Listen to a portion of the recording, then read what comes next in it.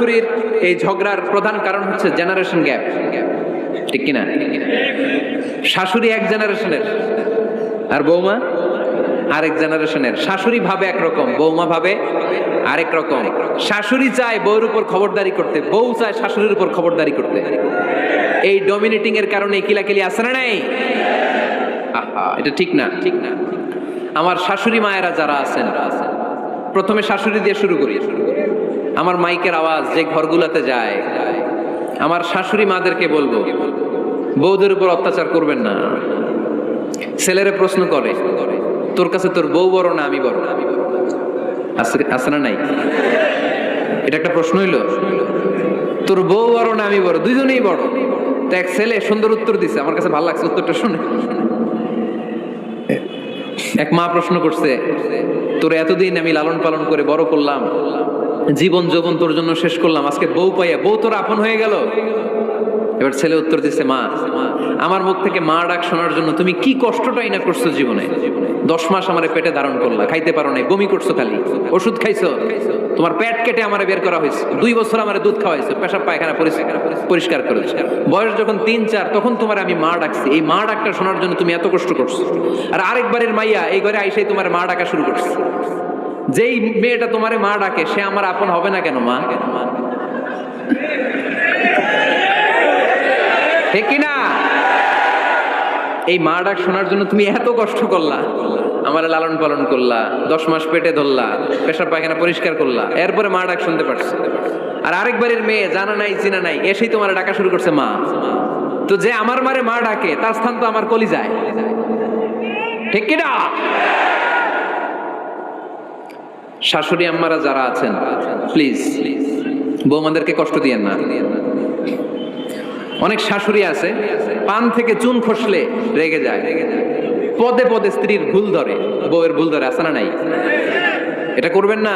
সে তো নতুন, আপনার অনেক এক্সপিরিয়েন্স হতে তার সময় লাগবে, তাকে সময় দিন, তাকে ভালোবাসুন, ঠিক কিনা? না বুঝে সামান্যতে বৌমারে বদদোয়া দেয়, এরকম আছে না নাই?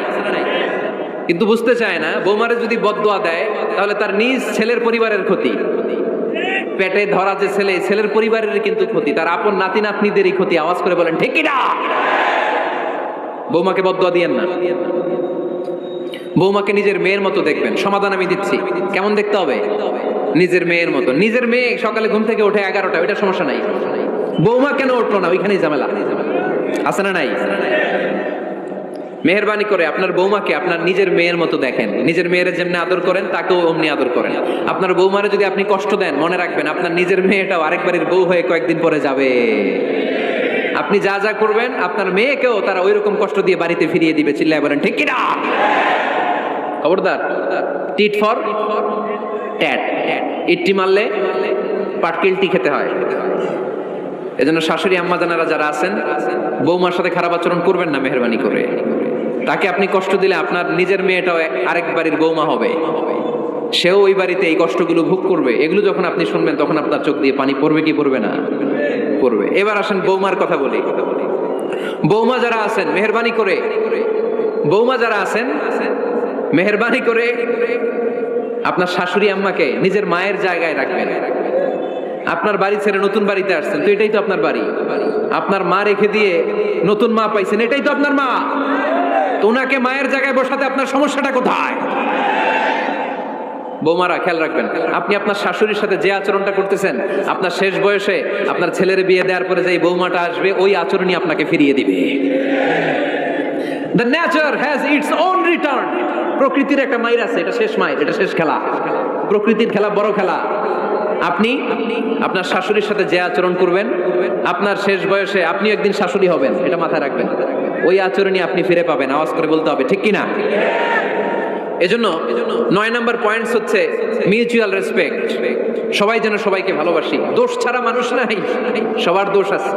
আমরা যেন একে অন্যের দোষ না খুঁজি। বৌমারা, আপনাদের কেন যদি আমার মাইকের আওয়াজ যায়, অল্প কিছু টেকনিক অবলম্বন করলে আপনি আপনার শাশুড়ির মন জয় করতে পারবেন। শাশুড়িরা আসলে বেশি কিছু চায় না, আগের জামানার মানুষ তো, এদেরকে ওইভাবে হাত করতে হবে। মাঝে মাঝে একটু শাশুড়ির মাথায় তেল দিয়ে দেন, চুলে তেল দিয়ে দিবেন আর কি, মাঝে মাঝে চুল আশ্রে দিবেন, এগুলো কিন্তু খুব পছন্দ করে শাশুড়িরা। ওনার প্রেশারটা একটু মেপে দিবেন, ডায়াবেটিক্সের ওষুধটা খাইলো কিনা সময় মতো খোঁজ নেবেন, কি পছন্দ করে খেতে একটু রান্না করে দিবেন।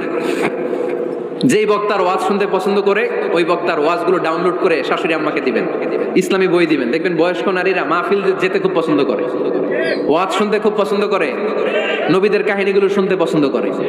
বসায় বসায় একটু কাহিনীগুলো শোনাবেন। বাইরে বেরোলে জিজ্ঞেস করেন, আম্মা আপনার কিছু লাগবে কিনা। আরেকটা টিপস আছে, চুল যখন আঁচড়াবেন আর শাশুড়ির মাথা যখন তেল দিয়ে দিবেন তখন অতীতের কথা জিজ্ঞেস করেন। দেখবেন অতীতের স্মৃতিতে হারিয়ে গিয়েছে আপনার শাশুড়ি। কি জিজ্ঞেস করবেন জানেন? জিজ্ঞেস করবেন, আম্মা জান মুক্তিযুদ্ধের সময় আপনার বয়স কত ছিল? ওই সময় মুক্তিযুদ্ধের সময় আপনাদের এলাকায় কি কি হয়েছিল মা? আরেকটা প্রশ্ন করবেন, মা বিয়ের সময় আপনি কেমন ছিলেন? ওই দিন দেখবেন বুড়ি আর বুড়ি নাই, জোয়ান হয়ে গেছে। ওই দিন বলবে, মা আমি অনেক সুন্দরী ছিলাম, আমার মাথায় অনেক চুল ছিল, আজকে নাই। আমগো গ্রামে আমার সাথে সুন্দরী মাইয়া ছিল না। অতীতের স্মৃতিতে স্মৃতি হাতড়াতে হাতড়াতে তিনি হারিয়ে যাবেন। জিজ্ঞেস করবেন যে মা শীতকালে আপনাদের দেশে কি পিঠা বানাতেন, আপনি যখন ছোট ছিলেন আপনার বাপ চাচারা কি করতো? এগুলো জিজ্ঞেস করলে উনি স্মৃতির পাতা হাতড়াতে হাতড়াতে চোখ দিয়ে দাঁড় দাঁড় করে ওনার পানি ঝরতে শুরু করবে। আপনার জায়গায় ওনার হৃদয়ের মনি কোঠায় এমন জায়গায় পৌঁছবে আপনার ছাড়া উনি কিছুই বুঝবে না। বৌমারা এই অল্প কিছু টিপস অবলম্বন করে আপনারা আপনাদের শাশুড়ির মনকে জয় করতে পারেন। শাশুড়ি বৌমার দ্বন্দ্ব আমরা চাই না। আমরা চাই শাশুড়ি বৌমাকে নিজের মেয়ের মতো জানো, আর বৌমার শাশুড়িকে আপন মায়ের মতো ভালোবাসুক। ঠিক কিনা?